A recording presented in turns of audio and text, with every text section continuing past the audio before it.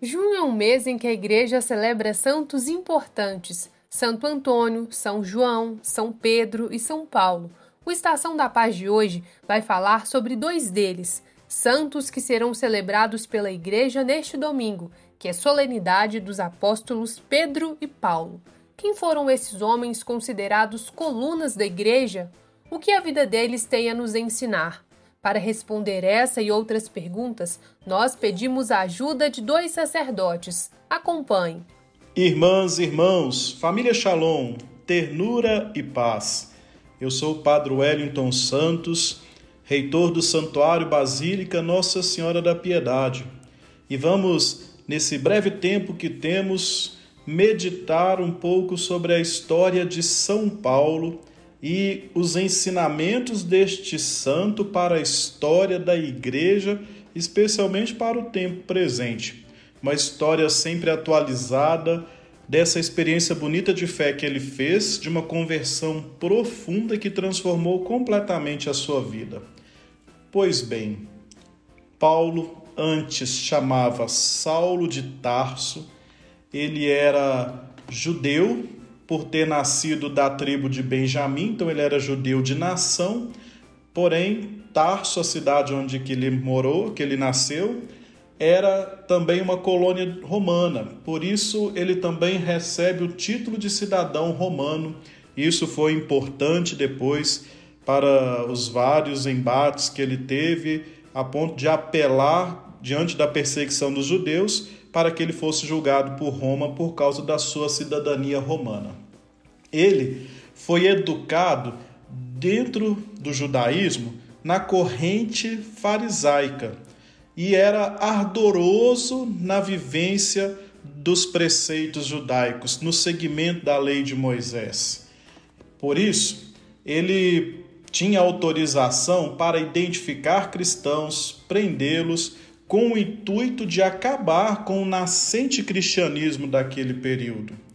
E algo que é interessante porque ele pensava estar agradando a Deus, tanto que ele fazia esse trabalho com zelo e de maneira muito violenta, que causava medo nos primeiros cristãos.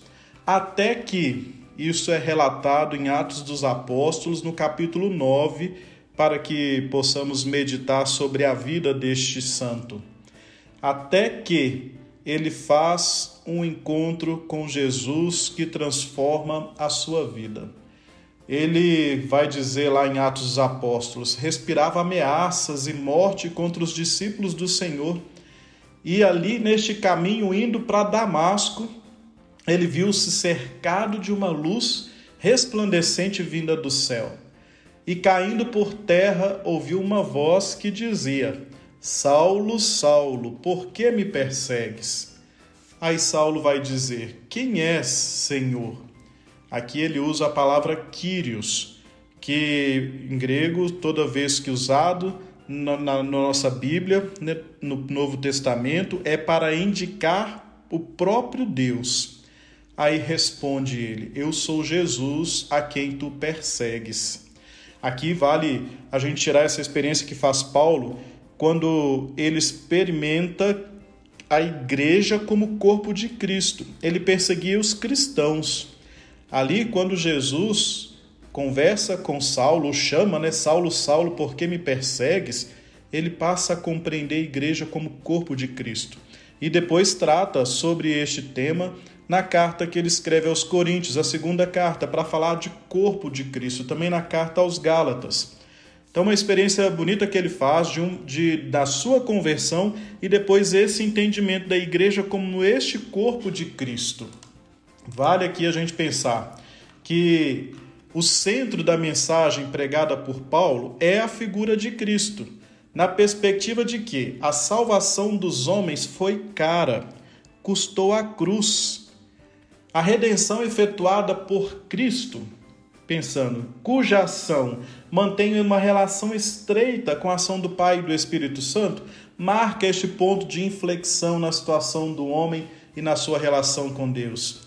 Então, em Jesus há essa inflexão de Deus ao encontro dos homens. Vale então a gente ter essa concepção, porque antes da redenção, o homem caminhava no pecado, cada vez mais distante de Deus. E agora está no Senhor, no Kyrios, que ressuscitou e venceu a morte e o pecado. E assim constitui uma só verdade com os que creem e recebem o batismo, cada um de nós, os cristãos deste tempo. Nesse sentido, a gente pode dizer então que a palavra-chave para a gente compreender a teologia paulina é conversão. É o conceito de conversão que a gente chama de metanoia. Como um passo que a gente faz para passar da ignorância para a fé, da lei de Moisés para a lei de Cristo, do pecado para a graça. E é aqui que a gente vai tirar essa inspiração para que possamos vivermos este tempo. Um tempo de pandemia, com muitos desafios, uma realidade que nos cerceia a todo momento para poder nos mostrar muitos desafios. A pandemia está evidenciando os muitos descompassos que já existiam na nossa sociedade, na nossa própria vida. Paulo, ele fez uma experiência que transformou completamente a sua história. E ele se tornou um ardoroso evangelizador. Assumiu com maestria a sua missão de evangelizador, do batismo que ele recebeu, de ser aquele a anunciar a palavra de Jesus Cristo. Mesmo diante da perseguição, mesmo na prisão, mesmo quando ele foi esbofetado e tudo aquilo que ele passou, Paulo, mesmo diante das provações, mantinha o seu caminho na certeza de que ele era ali, aquele que anunciaria a palavra de Jesus Cristo e sabia que o Senhor estava com ele. Então, vamos trazer para o nosso coração essa experiência que nós todos somos chamados a uma conversão. Este tempo, mais que nunca, nos pede uma conversão sincera do nosso coração. Paulo, como coluna da igreja, é este sustentáculo que aponta para nós a necessidade da conversão, para passarmos da ignorância para a fé, da lei simplesmente por preceito, para a lei de Cristo, que é a lei do amor, da caridade, da fraternidade, para passarmos do pecado para a graça. Que Deus nos ajude a fazer esse caminho e São Paulo interceda por nós. E para todos que agora nos escutam, as bênçãos de Deus, que é Pai, Filho e Espírito Santo. Amém. Boa noite, sou o Padre Edinaldo, sou jesuíta, pernambucano, e conheço a comunidade Shalom desde 2015. Estive em Teresina de 2015 a 2017, onde celebrava na comunidade Shalom. Chegando a Belo Horizonte, em 2018, continuei celebrando aos domingos. É um prazer estar aqui e poder partilhar com vocês um pouco sobre São Pedro. São Pedro foi um homem escolhido por Jesus, era um pescador que, juntamente com seu irmão André, pescava às margens do mar da Galileia. Era filho de Jonas e deixou tudo para seguir Jesus. Era um homem cheio de altos e baixos. Homem de muito amor, mas um homem também cheio de falhas, como nós. Afinal de contas, a santidade não é um esforço pessoal. A santidade é um dom de Deus. Cabe a cada um de nós acolher esse grande dom. Não é algo que resolvemos por nossa própria força. Não é algo que resolvemos na base da força física, nem muito menos do nosso esforço mental. A santidade é um dom de Deus que cabe a nós acolher, reconhecendo nossa fragilidade e que Deus, o grande santo, é Deus. E nós participamos dessa santidade. Assim também foi com Pedro. Pedro, um homem frágil, que foi chamado por Jesus homem de pouca fé. Quando Jesus, andando sobre as águas, manda que ele vá e no meio do caminho ele afunda. Foi chamado de Satanás, quando se opôs a Jesus no seu projeto de ir a Jerusalém para lá morrer e sofrer. Falhou ao vigiar e orar junto com Jesus, apesar do aviso de Jesus, para que não caísse em tentação no momento dos Hortos das Oliveiras. No momento da prisão de Jesus, numa atitude impetuosa, cortou a orelha de Malco, empregado do sumo sacerdote, como vemos em João 18:10. No pátio de Caifás, durante o julgamento de Jesus, a determinação de Pedro entrou em colapso, não diante de um tribunal, mas diante da pergunta de uma jovem empregada. Ele negou ser discípulo de Jesus, mas não negou só uma vez, negou 3 vezes. Apesar de tudo, ele reconhece que somente Jesus tem palavra de vida eterna, como João 6:69. Ele sempre encabeça a lista dos discípulos, como Mateus 10:2, Marcos 3:16, Lucas 6:14. Faz parte do ciclo mais íntimo dos discípulos, juntamente com Tiago e João, em muitos dos milagres de Jesus, em muitos momentos importantes, como na transfiguração, na agonia no horto, e também no milagre da ressurreição da filha de Jairo. É ele que está presente, junto com Tiago e João. É o primeiro entre os discípulos. Admite sua ignorância, ser um homem que não tem muito conhecimento. Mas também, no capítulo 13 de João, durante o lava-pés, ele se nega a que Jesus lave seus pés. Somente com a insistência de Jesus, se não lavar de outra parte, ele vai e diz que lava o corpo todo. É um homem com o coração na mão, um homem cheio de paixão por tudo que faz. Questiona sobre quantas vezes deve perdoar, até 7 vezes, e é advertido sobre as consequências do não perdão. Não te digo 7 vezes, Pedro, diz Jesus, mas até 70 vezes 7. Uma piedosa tradição conta que durante a perseguição cruel de Nero, Pedro saía de Roma, abandonando a própria comunidade cristã em busca de um lugar mais seguro. Junto às portas da cidade, cruzou-se com Jesus, que carregava a cruz. Quando Pedro encontra com Jesus, pergunta: "Aonde vai, Senhor?" E ouve a resposta: "Vou a Roma para deixar-me crucificar novamente." Pedro entendeu a lição e voltou para a cidade, onde esperava sua cruz.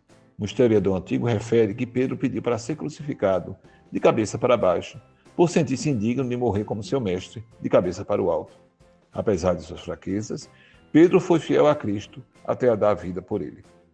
Ficamos perguntando: por que Pedro, homem que demonstra um pouco de volubilidade e que tem tantos defeitos, foi eleito por Jesus para ser rocha sobre a qual edifica sua igreja e para apacentar as ovelhas de Jesus? João 21, 5-17. Até o próprio Pedro questiona sobre essa eleição. Será que ao reconhecer os próprios defeitos e fraquezas, Pedro terá condição de compreender os defeitos e fraquezas dos outros, sem condená-los, mas ajudá-los a saírem destes? Pois aquele que já passou por uma experiência de miséria, normalmente sabe repartir o que tem para quem não tem nada para viver. Nunca podemos compreender completamente os mistérios de Deus. Talvez o profeta Isaías tenha razão quando coloca essas palavras na boca de Deus: "Os meus pensamentos não são os vossos, e o vosso modo de agir não é o meu. Meus pensamentos ultrapassam os vossos." Por isso, junto com o salmista, podemos rezar: "Ensina-me, Senhor, vossos caminhos, pois os caminhos de Deus são perfeitos." São Pedro e São Paulo são considerados colunas da Igreja, porque depois de Jesus Cristo, seus ensinamentos sobre a pregação, sobre a pessoa de Jesus Cristo, sobre a Trindade, sobre a liturgia, fundamentam a vida da Igreja primitiva e fundamentam também muitos de nossos conhecimentos até o dia de hoje, como a Eucaristia, batismo. Através desses 2 apóstolos, a nossa fé se fundamenta, embora alicerçada em Jesus Cristo. Eles nos ajudaram a entender melhor os caminhos da Igreja. Louvado seja nosso Senhor Jesus Cristo. Para sempre seja louvado. Como nós pudemos ouvir, São Paulo e São Pedro foram homens imperfeitos como nós. Acertaram, erraram, mas não desistiram de seguir a Cristo e de anunciar o seu Evangelho. Que, a exemplo desses santos, nós possamos permanecer firmes na caminhada, buscando diariamente a conversão do nosso coração para fazermos a vontade de Deus e apresentar Cristo ao mundo. São Pedro e São Paulo, rogai por nós. Deus abençoe. Shalom.